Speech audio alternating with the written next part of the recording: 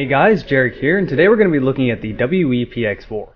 This gun comes in two different colors. You can either get the all black or the chrome and black model.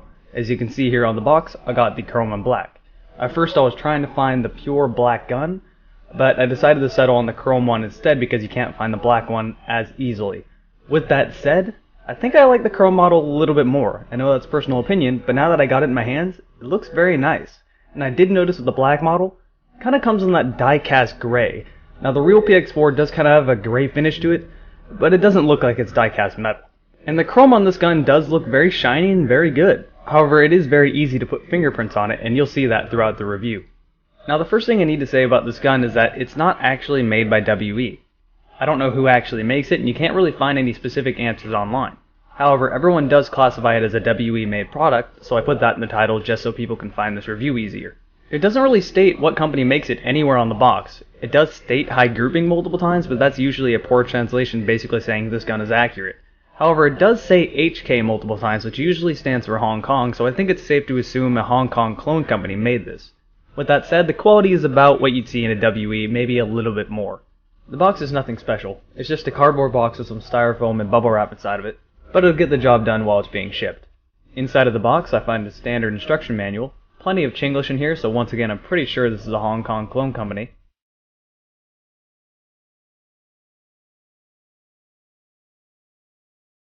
Along with the instruction manual you find a takedown guide, which is helpful if anything breaks. This gun is completely Tokimura compatible and is a clone of the TM, so if anything goes wrong you can replace parts easy, so keep that handy.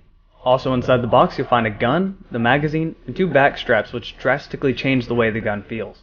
It's also worth mentioning that you can overfill the magazine with gas, so it'll slowly leak gas until it's pressurized correctly so that it won't blow any gas flow valves. At first I thought the magazine was just leaky, but in all reality it worked fine. And yes, this gun can use Tokimura PX4 mags. My first impressions of this gun was actually pretty good. It's not too light, and it has just enough heft to make you feel like you're not holding a toy. The external build of the gun is overall pretty impressive for being a Hong Kong clone.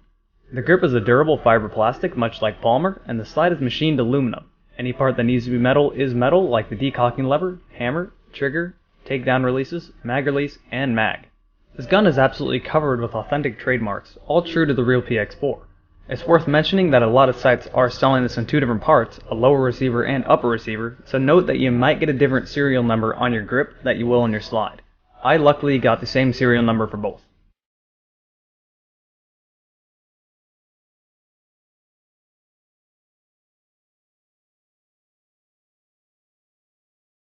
Like the real PX4, this gun is both single and double action, and the safety doubles as a decocking lever. When the gun is on safe, you cannot pull the trigger and the hammer will not lock back. This gun comes with three different back straps, all that drastically change the way the gun looks and feels. Changing the back strap is as easy as simply pushing down one button and then pulling off the back strap straight back. This will be a little stiff at first, but it'll loosen up over time.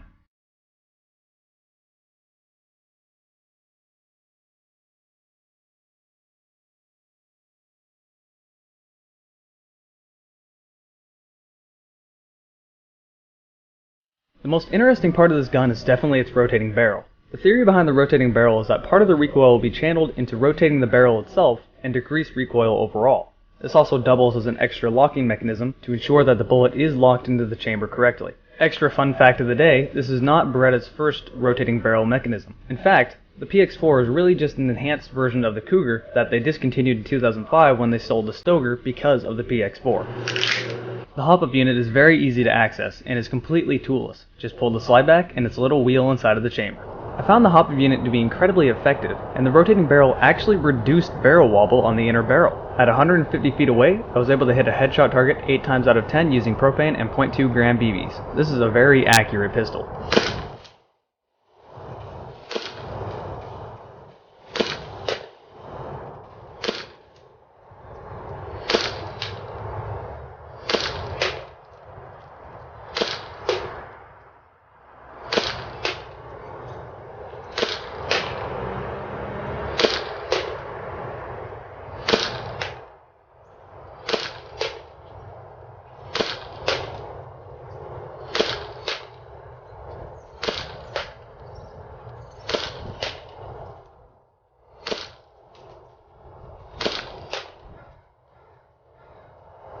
recoil spring in this gun is very stiff, making the slide sound very nice when you let it snap forward. Disassembling this gun is very easy and very similar to other pistols. Drop the mag and pull down on 2 takedown levers and the slide pulls right off. With the gun taken apart, you can see how stiff the recoil spring is. This is a good thing, not a bad thing. Putting the gun back together is as easy as it was taking it apart. Simply slide the slide back on and make sure to pull down on the takedown levers, otherwise you might damage the gun. Other than that, the slide slides right back on.